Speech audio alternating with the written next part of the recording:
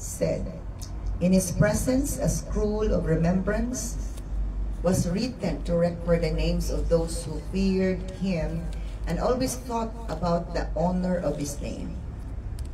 They will be my people, says the Lord of heaven's armies. When the day when I act in judgment, then they will be my own. They will be my own special treasure. I will spare them as a father spares an obedient child. Then you will again see the difference between the righteous and the wicked, between those who serve God and those who do not." Ang Diyos magapanalangin siyang pulong. So, matod pa din nga katong may kahadlok sa Ginoo, nagaistoryahanay sila. Kunya naminaw la jud kuno ang Ginoo sa ilang mga gipang sulti. Kunya tubangan kuno sa Ginoo, matod pa na ako no'y basahon, a scroll of remembrance.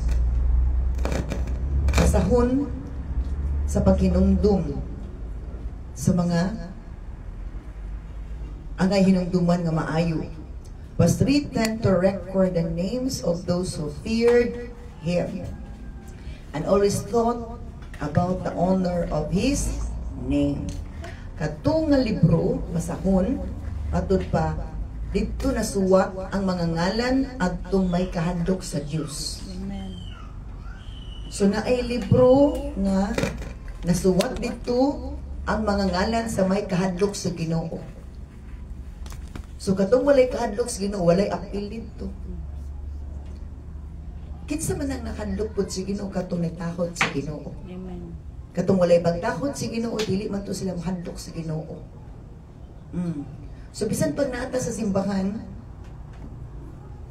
kung dili ta kabalo mo takod sa Ginoo, it means wala tay kahadlok po niya. Diba? So, pares mga Pariseo, makaingon ba dahil may kahadlok sa Ginoo nga si Jesus man ilang sige labda. Pero naa sila sa templo, sa sinagoga, matod pa sa pulong sa Ginoo. So, isa-isay din sa maong basahon, nagitawag og Book of Remembrance. Ang nasuwat dito kadto lang jung may kahadlok sa Ginoo. Kadtong walay kahadlok sa Ginoo, wala jud na apil dito og suwat. Unya matud pa kadtong may kahadlok sa Ginoo, unsa daw na sila huna-huna? Always thought about the honor of his name. In other version, fear the Lord and esteem his name. Kasagara, di ba nga doon ang may kahadlok sa Ginoo man nasuwat dito sa libro sa Book of Remembrance.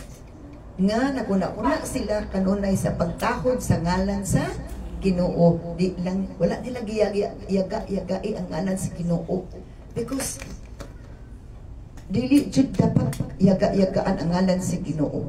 Gani sa rule sa English, ang ngalan gani sa tao is a capital letter. Ngalan sa Ginoo capital letter, it means tahod. Amen. How much more ang Ginoo? So, gisay-say din nga katong nay pagtakod sa Ginoo, kanunay naguna-una sa pag katong may kahadlok sa Ginoo, kanunay naguna-una sa pagtakod sa Ginoo o sa ingal pagtawag sa ngalan sa Ginoo. And then verse 17, the acknowledgement by the Lord, they will be my people.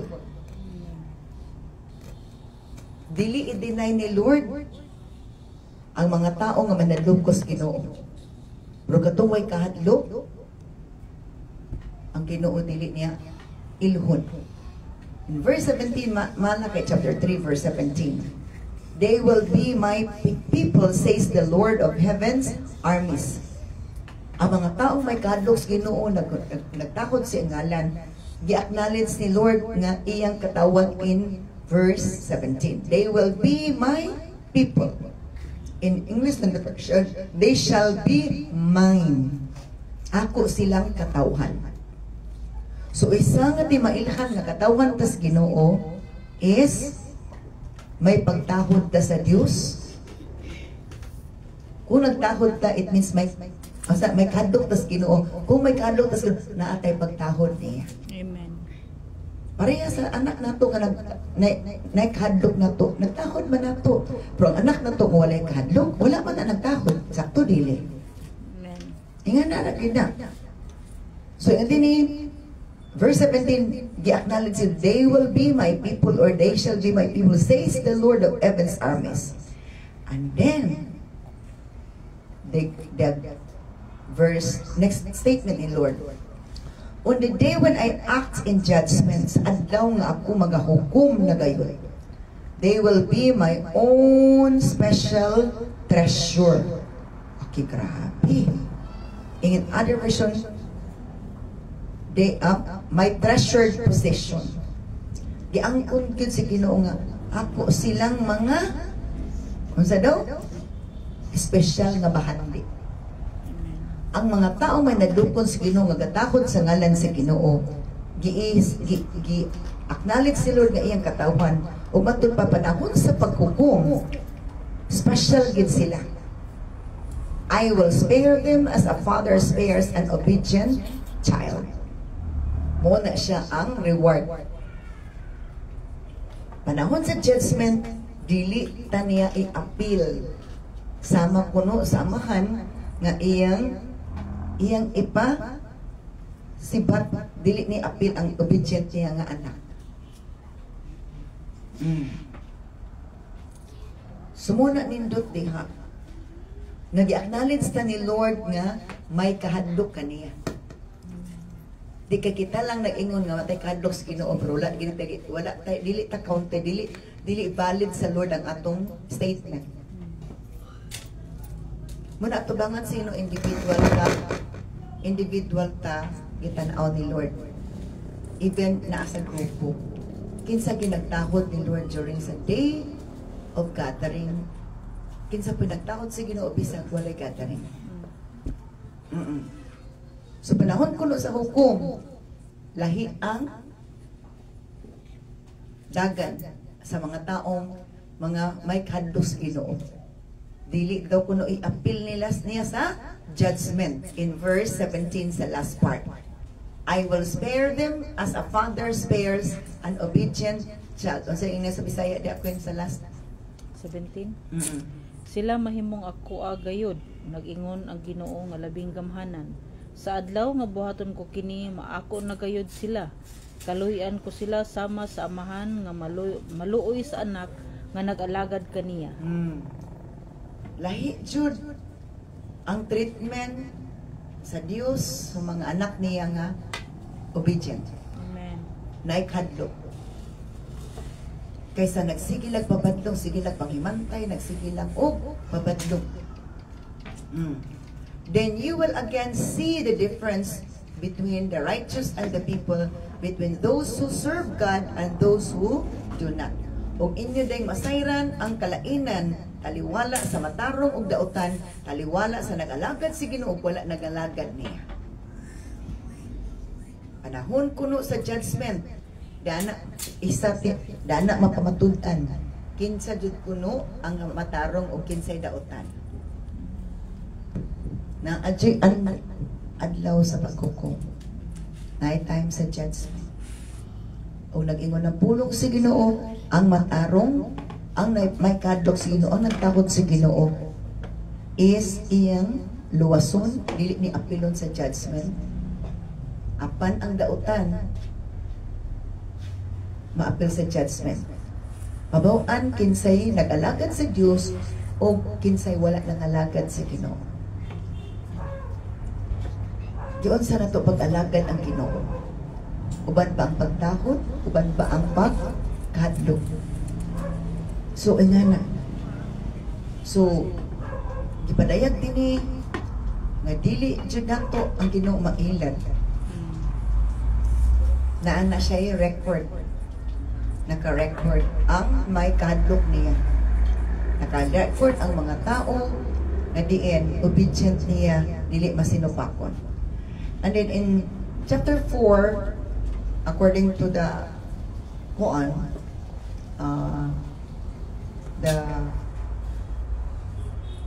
scripture, continuation pa ni sa chapter 3, ang chapter 4 verse 1 to go on. 1 to 1 to 6. Continuation siya sa verse Malaki chapter 3. The Lord of Heaven's army says, the day of judgment, di ba? Day of judgment kapag si Babaw. Kay continuation man daw ni. The Lord of Heaven's army says, the day of judgment is coming. O hapit na ang adlaw sa paghukom. O matod ba burning like a furnace. O anang adlaw sa paghukom. Daw kalayo nga naga sila og nagilaab. O ingon sa pulong sa Ginoo, iyang pahigawas na ang iyang anak nga matarong, nga may kadlos Ginoo, nga may pagtakot si Ginoo. Iyan nang ipahigawas, iyan nang ipalikhay. I-safety na niya. I-safety na niya. Kay kanang adlaw makalilisang na. Oh. On that day, the arrogant and the wicked will be burned up like the straw. Diba? Kinsa man yung wicked, mo man yung mga arrogant o mga o kinsa man yung ang wicked, mo yung mga arrogant. Ang mga wicked, ang madautan mo ng mga arrogante. Oh. On that day sa panahon, the arrogant and the wicked will be burned up like straw. Masunog sila sama sa dagami. Pero ang mga matarong, dili nga ng dagatan. And they will be consumed, roots, branches, and all. O mahurot gid sila kas ut-ut gikan sa gamot, mga sanga, ug ang kinatibuk-an gayon nila wala nay mabilin. So muna nga gusto ni Lord masayod ta nga ang Dios andam na og silot, nagtakda nag-adlaw sa silot, ug ang iyang silutan katong way pagtahod niya, walay kahadlok niya, katong mga daotan.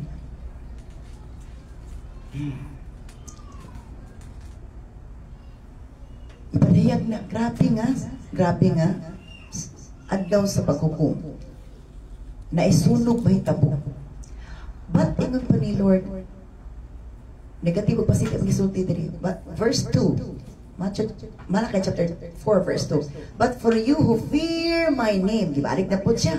Apan kaninyo nga may kahadlok sa akong ngalan, the Son of Righteousness will rise with healing in His wings. Na ay negatibo positive. Apan kamo nga may kahadlok sa akong ngalan, ang adlaw sa pagkamatarong kining mo rise or mo tungha with healing in His wings. Na ay healing, na ay kaayuhan para sa mga matarong, na ay kagawasan, apan sunog ang dangatan sa mga taong daotan o arogante. Walay pagtakod sa Ginoo, walay kahadlok sa Ginoo. And you will go free, leaping with joy like calves let out to pasture. Mura kamo mahimong gawas nun, mang liping or mang lukso sa kalipay sama sa mga baka nga ni nakagawas sa pastuhan. Mauna ang isa-isa duha jud negative o positive. Muna nga before sa judgment is gitagaan ta ni Lord siyang pulong para makadesisyon ta. Unsa itong buhaton? Mupadayon ba ta sa atong naandan nga di maayo? Mupadayon ba ta sa atong kaugalingon nga wrong nga prinsipyo? Mupadayon ba ta sa atong wrong na to nga pagbati, wrong na to nga panguna-una? Ato bang ikuan atong human principles? Ato bang ipatigbabaw atong tawhanon nga prinsipyo? Or atong tumanon ang prinsipyo sa Ginoo? Kaya ang human principles, ang tawhanon nga prinsipyo, supak gid siya sa Houston na prinsipyo. Umatod pa, anang adlaw sa hukom, ang mga may kadok sa Ginoo. Malipayon gawas nun. Pero ang mga, nay healing, nay freedom. Pero ang taong dautan, nagyabaw sa pait sa sunog nga ilang dangatan o bisan kuno ang ilang mga gamot maugdaw pati ilang mga sanga and all. Diba? Verse 4 verse 1 Queen. 4 verse 1. Nag-ingon ang Ginoo nga labing gamhanan, moabot ang adlaw nga ang tanang mapahitason ug dautan sunugon sama sa dagami. Niadto niyang adlaw, mga sunog sila ug walay mahibilin kanila. Oh. Now take note of that. Buhi pa sila masunog, plus ang ilang ang kalag masunog. Double dead. Double kill. Double dead. Double destruction.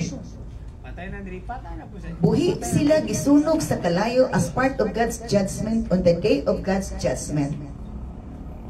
Plus ang ilang kalag masunog pas impyerno, kaluoy gyud. duguli.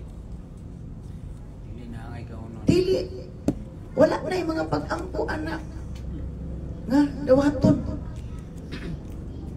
Muna ang chance na to mintras buhi pa ta. Mga lagad tas Ginoo. Mugamay man o budaghan ang mga lagad basta mo padayon ta. Amen. Kanang madasigon lang tagdaghan ta, kuyaw na. Maluya tag gamay ra, kuyaw na. Hello. On the day when I act, matod pa, sa adlaw nga ako nang buhaton ng akong judgment, you will tread upon the wicked as if they were dust under your feet, says the Lord of Heaven's armies. Okay, balinat, baliktad na dahil ni. Di ba kasagara ang mga wicked mo may maglutos mga righteous? Mo may bubanat sa mga matarong barat-banatan. Pero panahon kuno sa judgment sa Ginoo, ang mga anak sa Ginoo, nagiangkon sa Ginoo, umauna kunoy mo, giok sa mga dautan sa mga sila, sama sila sa mga abog, ilalong silang tiil. Says the Lord of Heaven's armies. That is why in verse 4, ingon ni Lord, remember to obey the law of Moses. Hinumdumigin ninyo ang pagtuman sa balaod ni Moses, my servant, nga akong alagad. All the decrees and regulations that I gave him on Mount Sinai. Hinumdumigin ang tanan na akong mga kabalauran nga akong gihatag kaniya dito sa bukid sa Sinai. Look, I am sending you the prophet Elijah before the great and dreadful day of the Lord arrives. Tanawa. Sa dili pa ko maabot ang makalilisang nga adlaw sa paghukom. Iya ko nung ipadala si Propeta Elias. Nga naman, para wali magdala sa mensahe para ang mga tao maminaw, para ang mga tao tagaan chance. Pero kung dili ko nung maminaw sa tingon ni Richmond, sa Lazarus and Richmond, they have Moses and the prophets. Kung dili sila maminaw sa mga alagad sa Ginoo, gipadangat ni Lord para magpasidaan na to aron di ta mahagsa sa impyerno, di punta masunog sa kalayo mientras buhi pasama aning hisgutan diri. Matod pa, kuyaw gid ang dagatan sa atong kinabuhi o sunod lain na kinabuhi. Ipadala niya si Propeta Elijah before the great and dreadful day of the Lord arrives. Nga naman, kay si Elijah, wapon na hadlok magwali. Kasagara sa di mo hadlok, magwali, di mo hadlok, mga lagad, di mo hadlok, lutuson. Katong mga tao, nakaabot na sa kinailagman. Di sa kinasinatian das Ginoo. Have gone to the depths of God. Ingana na lawom nasabtan nila sa pulong sino. Kung lawom na to nasabtan sa pulong sino, lawom na putag aplikasyon. Amen. Kung layo tas komplikasyon nga murag layo tas komplikasyon nga Magdado pa mga lagad makagili. Wala na. Determine ka na nga mga lagad ka magkinaunsa. Amen. Hallelujah. Hello. Mutong ipagawa sa inyo sa ako dito sa Aurora before ko nagwali. Gunaabot tag 7 years ang Aurora. Taas na nga. Taas na nga. Ang nakalatas na. Ang nakalatas na og 7 years. Pero taas pa ang latason. Taas pa ang latason. O daghan pang antuson para di talatuson. O nagipagawa sila sa kong papas sa Ginoo. Kay malatuson ta kung dili ta mo dawat sa mga antuson. Natay latason. Atong antuson ang mga latason aron di ta sa Ginoo luto latuson. Okay. So gamo Ginoo latos pagit siya. Okay. His preaching will turn the hearts of fathers to their children. Kana. Ang pagwali kuno, ang wali kuno ni Elijah. Magunsa kuno sa mga kasing-kasing sa mga anak ngadto sa abang amahan. Kasing-kasing sa amahan ngadto sa mga anak. Naanay pagbangi dayon. Verse 6, balik ko kayo. Bingkil.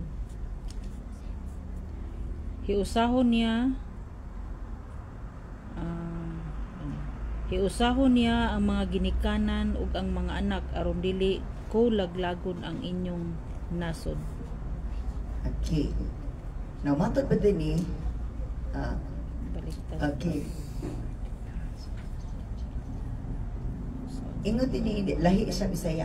His preaching will turn the hearts of the fathers to their children, and the hearts of children to their fathers. Otherwise, I will come and strike the land with a curse. Nga ang wali kuno ni Elijah will turn the hearts to the fathers to their children.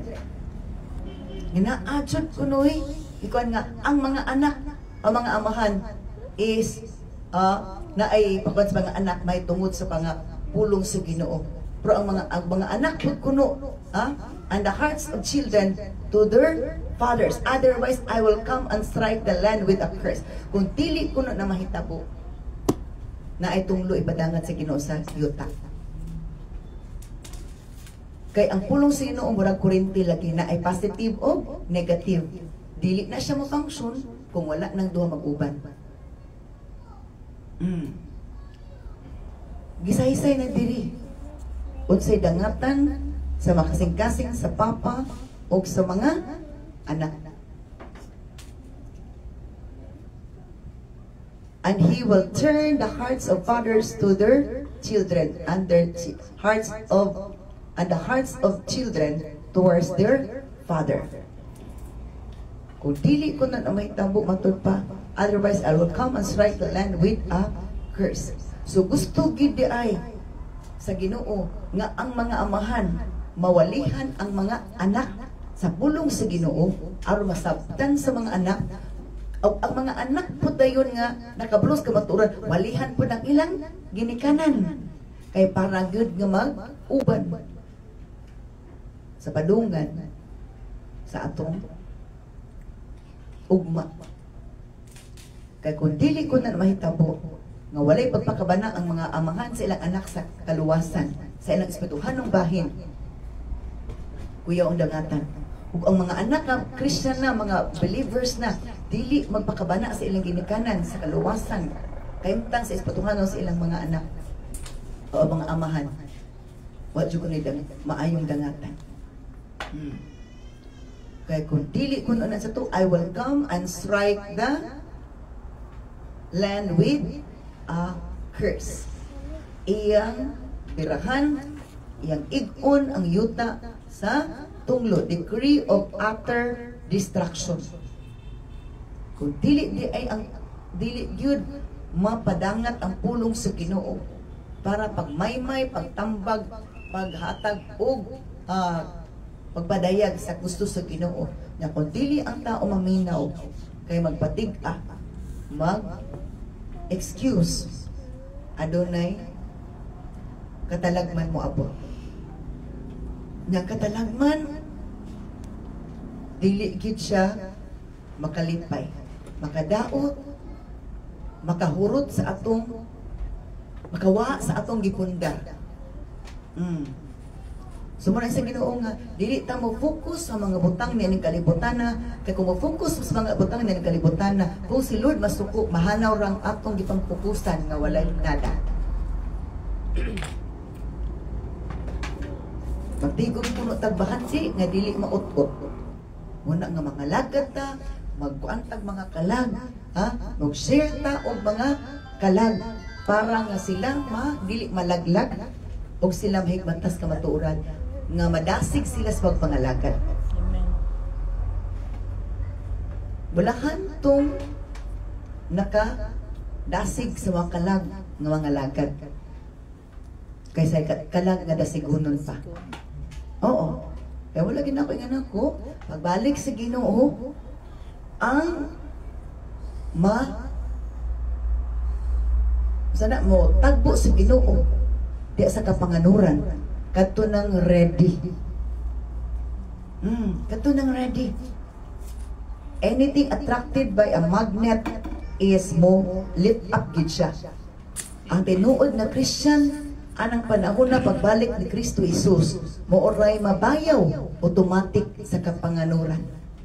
Amen. Katong dili patinuod ang pagpangalagad, walay sa to, way kahadlok sa Ginoo, walay pagdakod sa Ginoo. Delikado.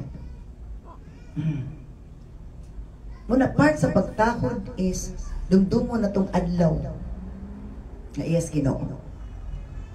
Di nga na makadumduman tag duty sa itong trabaho, Lunes pa o Biyernes o Sabado. Pagpangalagad sa Ginoo di ta kadumdum. Makaingon ba tagitahod na ito ang Ginoo anak nga area, ha? Hello? Diba? Makadumdum ang tag-uli sa itong balay. Hindi ko magtrabaho. Makadumdum ta sa balay sa Ginoo. Human sa atong mga duties diri sa kalibutan. So kung atong sabtuning nga chapter, makalilisan apan dili makalilisan sa mga matarong na may mahadlok sa Ginoo. Amen. Ang malisang na katong wala nagpakabana sa pulong sa Ginoo o wala nalipay sa pulong sa Ginoo. Kaya para kanila sayang lang ang panahon pagpamati sa pulong sa Ginoo. Ayaw sayangi ang panahon sa pagpamati sa pulong sa Ginoo. Kaya matud pa sa John chapter 3 verse 18. There is no judgment against anyone who believes in Him. But anyone who does not believe in Him has already been judged for not believing in God's one and only Son. Wala na'y pagkahinukman kato nituo kang Jesus. Sa nituo man ko ni Jesus. Kung nituo ta ni Jesus, mupatuo po ta niya. Amen. Ang tinuod nituo, mupatuo ka niya. But anyone who does not believe Him has already been judged. Ang wala ni tuo sa Ginoo o wala ni patuo, gihukman na sa Ginoo. Kay ang tanan nga may kahadlok sa Ginoo tuo magpatuo sa Ginoo. Faith and obedience must go together. Ang pagtuo ug pagtuman maguban jud na. Amen. So kung iko lang ta magtuo, wala pa tay pagtuman, incomplete. Muna nga, kung ato nang i-aplikar natin hadlok sa Ginoo. Kung natin hadlok sa Ginoo, safe na ta, panahon sa judgment. Matod pa, nagpadayag ng puno sa Ginoo, nagpadayag ng puno sa Malakay, bisan dili lang ka Malakay, but the other books, nga, iya June nga, ilikay ang iyang mga anak sama sa paglikay, palikay sa mga sayang obedient kuno or matinumanon, ha? Nga anak dili masukipon.